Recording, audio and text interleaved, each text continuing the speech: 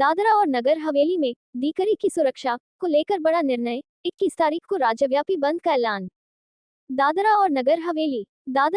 हवेली में आज आयोजित एक महत्वपूर्ण बैठक में बड़ा फैसला लिया गया। दीकरी की सुरक्षा समाज की जिम्मेदारी विषय पर आयोजित इस बैठक में स्थानीय समाज एकता मंच के पदाधिकारी और बड़ी संख्या में नागरिक उपस्थित रहे। बैठक में सर्वसम्मति से 21 तारीख को राज्यव्यापी बंद का आह्वान करने का निर्णय लिया गया।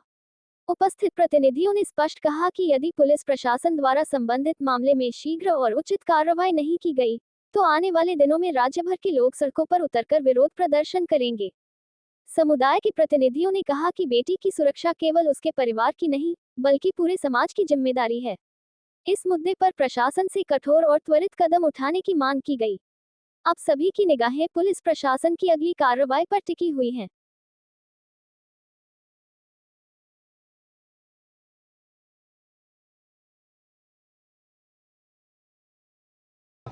जो આજની બેઠક આ દાદરા નગર હવેલી સ્થાનીય એકતા મંચ દ્વારા આયોજિત કરવામાં આવી એ એક બિનરાજકીય એક સામાજિક મંચ દ્વારા આયોજન કરવામાં આવ્યું હતું, જેમાં અમે સર્વ રાજનીતિક આગેવાનો, પક્ષના આગેવાનો, સામાજિક મંચના આગેવાનો, ધાર્મિક સંગઠનોના આગેવાનો અને સમાજના બૌદ્ધિક વર્ગને, સ્થાનિય સમાજ અને જે વર્ષોથી સ્થાયી સમાજ છે એ લોકોને આપણે જાહેર આમંત્રણ કર્યું હતું। આજે यहाँ पर 200-200 જે તમામ અલગ અલગ પંચાયતોથી, નગરપાલિકા વિસ્તારોથી સાથીઓ આવ્યા છે, જેમાં જે વર્તમાન સમયમાં જે ઘટના બની, અમે વારંવાર છેલ્લા ઘણા સમયથી કહેવા આવે કે પ્રદેશમાં એક એવો વર્ગ છે જે અસામાજિક તત્વો છે। અસામાજિક તત્વ પ્રત્યેક વર્ગમાં હોય છે। તેવી રીતે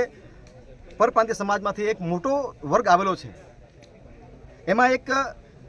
8-10% એક એવો વર્ગ છે જે તે વિસ્તારમાં ક્રાઇમ કરવાળો સોચ, જે તડીપાર, ચોરી, ચકારી અને ગલત નીતિઓથી અને પોતાના વિસ્તારથી તડીપાર કરીને નીકળેલો વ્યક્તિ આ વિસ્તારમાં એક સ્થાયી થયેલો છે, જે આખા સમાજનું નામ ખરાબ કરે છે। તેવું જ મામલો આવ્યો કે આજે 2-3 દિવસ પહેલાંની જે ઘટના બની એ ખૂબ જ નિંદનીય અને ખૂબ જ દુઃખની વાત છે કે અમારા પ્રદેશના સાંસદ શ્રીમતી કલાબેન ઢેલકરના પરિવાર ઉપર અસામાજિક તત્વો દ્વારા અને એક મેરિડ વ્યક્તિ, એમની પત્ની, એમની એક દીકરી અને હિન્દુ મેરેજ એક્ટ મુતાબિક કે જે શાદીશુદા હોય વ્યક્તિ, જેનો ઓલરેડી લગ્ન થઈ ગયેલા હોય, એ બીજા લગ્ન નહીં કરી શકે, બાવજૂદ આવા વ્યક્તિએ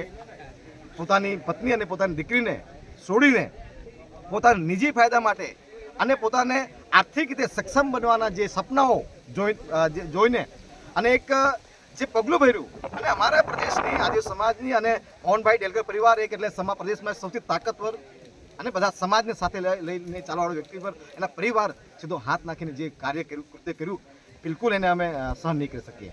જેના કારણે અમે આ બેઠક બોલાવી, જેમાં અમે નિર્ણય લેવામાં આવ્યો અને આ ફક્ત એક અહીંના દરેક સમાજ, અહીંના સ્થાનિય સમાજ, આદિવાસી સમાજ, અહીંનો જે પરપ્રાંતીય સમાજ પોતાની મા, બેન, દીકરી સાથે એક બિલકુલ સ્થાયી સમાજ છે। આ પ્રદેશ એવો છે કે દેશ અને દુનિયામાં તમે જોજો, આ પ્રદેશ એવો છે કે કોઈ બી રાજ્યમાં કંઈ પણ ઘટના થાય,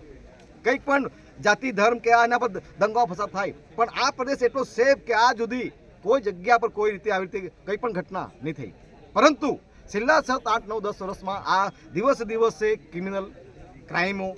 દરેક જગ્યા પર અસામાજિક તત્વો, ચોરી, ચકારી, લૂંટફાટ, મારામારી, ગુંડાગર્દી દરેક જગ્યા પર થઈ રહી છે અને એના પરિણામ સ્વરૂપ આ વસ્તુ આ થયું છે કે આજે અમારા પ્રદેશના સાંસદનો પરિવાર સુરક્ષિત નથી, તો સ્થાનિય સમાજ, આદિવાસી સમાજ યા જે વર્ષોથી પોતાની મા, બેન, દીકરી સાથે અહીંયા રહી રહ્યો છે, એ લોકો કેવી રીતે સુરક્ષિત રહેશે?